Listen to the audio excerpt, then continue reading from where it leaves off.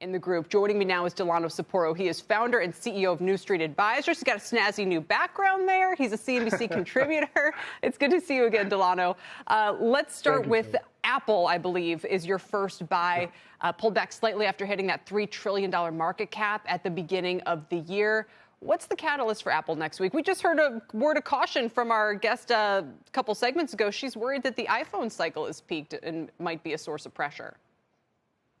Yeah, I think there's a couple different ways you can look at it. For me, with an area where we have less capital appreciation, I want to hold on to my strong names that can still provide that capital appreciation in the long term, which I do think Apple will continue to do, obviously, once we get kind of this rate cycle downturn. But you have $200 billion in cash on the balance sheet, which they are using to invest. And right now, the Apple TV Plus is one of the big areas of investment. There's reportedly a bid for NFL TV or NFL Sunday Ticket, which I think is big for subscribers. And we're seeing that what streaming is doing to Netflix on the other side. So also, you get a small dividend, and Apple's also using this cash to pay back investors with dividends, with buybacks.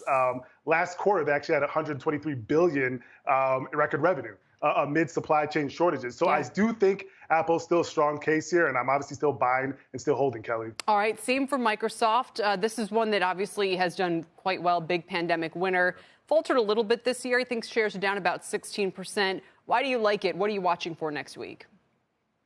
Yeah, shares, have underperformed, especially, this year, especially amongst its big tech peers. I think the two areas I'm focusing on is cloud, right? And cloud is a big area where, they're looking to make that push. They're second behind Amazon. And if you're making a push and you're seeing that growth consistently, that's a reason why investors should be staying in the stock. And obviously, you look at the large investment they made in gaming, and that's an area that I'm highly focused on. I think, one, you're seeing that sort of metaverse play, but this ATVI acquisition announcement is huge in the sense of how are they going to use that for their publishing of different games? That's a big area that I'm looking at. I still like Microsoft as well, Kelly. Yeah, and we've kind of buried the lead here, but you've alluded to it twice. You are a buyer of Netflix. Is that right? Yes, that is right. And so, I'm sticking to my guns here. One, I've liked Netflix for a few reasons. When you dig deeper into their earnings, a lot of what they were saying was we're really highly penetrated in the U.S. and Canada, and we've been giving away our product for free. So the product isn't bad. Their total share of U.S. TV time is actually increasing, but of course they slowed down. They lost subscribers this past year, and that's obviously not great news. But if you look at it, I think the worst of the news is out already. And I still think what they do, if we can look at what they do to crack down on password sharing, that could be a big bump in revenue. They've obviously looked at a tiered ad-supported subscriber potentially as well. I think that also could be a big bump. So I think the worst of the news is out. Yeah. And I am still holding and would be buying at this point if you were buying earlier. And I'm kind of going to just throw this in there.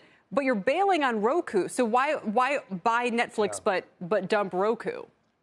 100%. That's a great question. So with the Roku, I find that it's a different situation. Their original content is not great. They did make a bid and bought a small studio, which I thought was, a push into that original content place. But with Roku, they're losing out to the internet-enabled smart TVs. And I think if they're not ramping up that original content, they're in more dangerous waters as opposed to Netflix, which I believe has great original content and will continue to add subscribers. My smart TV is driving me completely insane. I'm at the point that I might just have to go buy a Roku because I'm going to throw the thing out the window, although it's too big. The other bail that you have, and all right, this was kind of 3 buys and 2 bails, but Twitter, Delano, is a company that you are a little wary of with this whole Elon Musk thing right now. Why is that? Exactly. That is the whole thing. So the financing seems to be secured, Kelly, but if that's just to fall through, what shareholders are holding is a great product and platform that is not doing that great when it comes to their advertising growth and advertising revenue. So, it really hinges on what happens with Elon Musk. And I think, right now you still have a great product, but it's failing to grow consistently. And that's the reason why I wouldn't be buying, because you're hinging on kind of one thing to happen right now. All right. All of these companies have earnings coming up. Delano, thanks for getting us ready. We really appreciate it. Shepard Smith here. Thanks for watching CNBC on YouTube.